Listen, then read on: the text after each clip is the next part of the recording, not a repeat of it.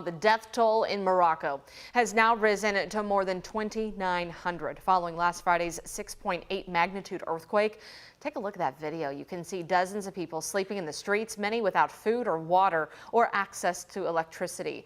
We also know 2,500 were hurt and an estimated 100,000 children have been impacted, according to the United Nations Children's Agency.